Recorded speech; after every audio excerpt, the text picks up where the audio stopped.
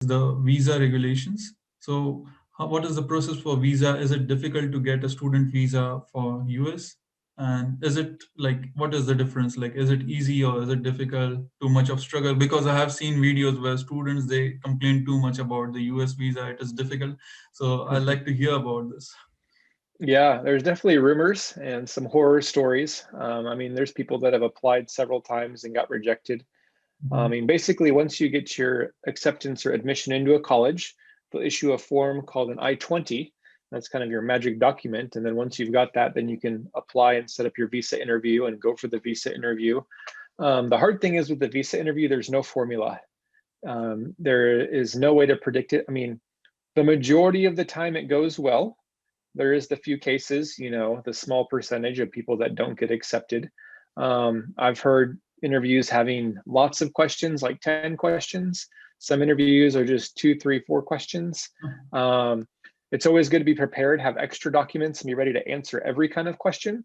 Mhm. Um, but honestly, I don't think there is any real rhyme or reason to why they accept or reject. There's a lot of theories, Uh-huh. whether they think you're financially, solvent and, you can afford to study there. They evaluate your finances and your family's property and savings. And, I know sometimes they ask for that. It's always good to have those kind of documents, and they want to see if, oh, you're just trying to move to America to make money, or if they're actually, you can afford to go and study. And another thing is your language. Are you talking about that you want to settle in America, or that you just want to study and come back? Because an F1 student visa is a non-immigrant visa. So the goal is not to immigrate to America, it's to study, work a little bit, get experience, then go back to your home country. So if you're alluding to the idea that, oh yeah, I want to go live in America forever, they might reject you. Yeah. I think a lot of it is just the communication skills. Some students aren't very confident, their Mhm. English isn't very good, or they've got a thick accent. And so if you're not able to communicate with confidence, or if you're too nervous, Mhm. there's a lot of people, so they want to admit the people that are going to be confident and, you know, Yeah. bring value to America. So if you're nervous, or your English isn't good, or you have a thick accent, that might hurt you. Mhm. Those are some of the common theories. But in general, most people, if you get admitted into a good university, a top 100, top 150, Mhm. and if you got your finances squared away and you've got decent English, you shouldn't have any issues. Okay. In Germany, it is not the same case as of US. The visa requirements are quite easy, or we can say they are not quite stringent. So usually you have to apply the visa after you get the admit, and if you have all the documents with you, and if you show, there's a limit of 10,000 euros, so that you have to show for 1 year during the visa application process. So if you show that and with all documents, the process is quite easy, and you most of the time students get the visa. So Hmm. not such a difficult process. So yeah, this is the thing.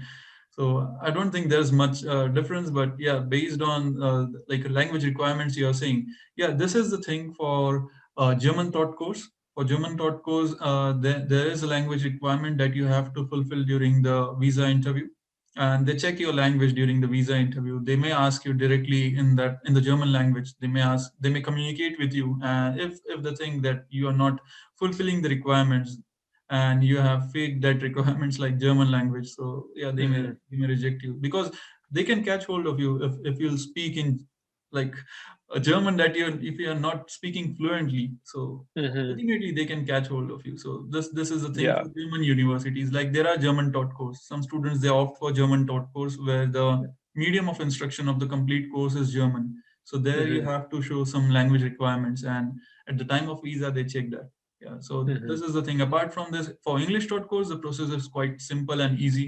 So most of the times they will not be so strict or something. Yeah. The last point, which is very important, and I think this is why most of the students, they move to US and they skip Germany, is the language requirement.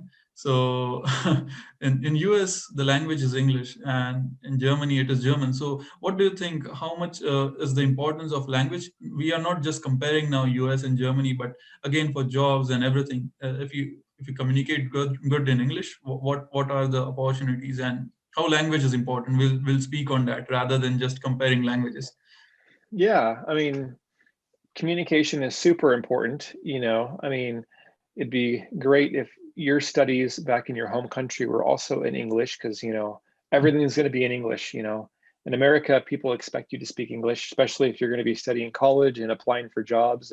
If you're not confident with English, you're probably, one, not going to even get to America, and two, if you sneak in somehow, you're going to really struggle. There are some certain countries where English isn't as a normal language, and so those students, they might pass the TOEFL or IELTS, but they really struggle. Even other international students have a tough time understanding them, professors, and then it hurts their job search because recruiters can't understand them, and Americans aren't going to work with them if they can't understand their accent or they're not confident in English. So being comfortable in English is really important to thrive here in America, because even if you're smart, if you can't communicate and relate to people, they're not going to want to work with you or hire you. Yeah, the same thing applies here in Germany, even though you speak English, but yeah, German is very important because people, they think, yeah, here that you should be able to communicate in German.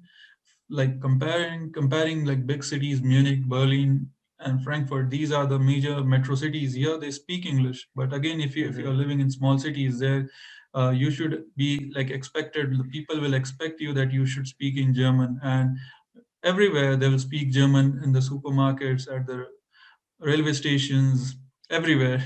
So you have to be ready to learn German, and if you want to survive in Germany, because German is very important for your full-time jobs, your part-time jobs, everything, your day-to-day life. Because even in Munich, now I'll share my bit experience. I'm living here. Even I'm daily going to the supermarket. There, they will speak in only in German. When I was going in some metro, so there they were speaking in German. Even in metro, the announcements are in German. So yeah, see, if you don't know German, you may catch the wrong train and go the wrong way. So German is important.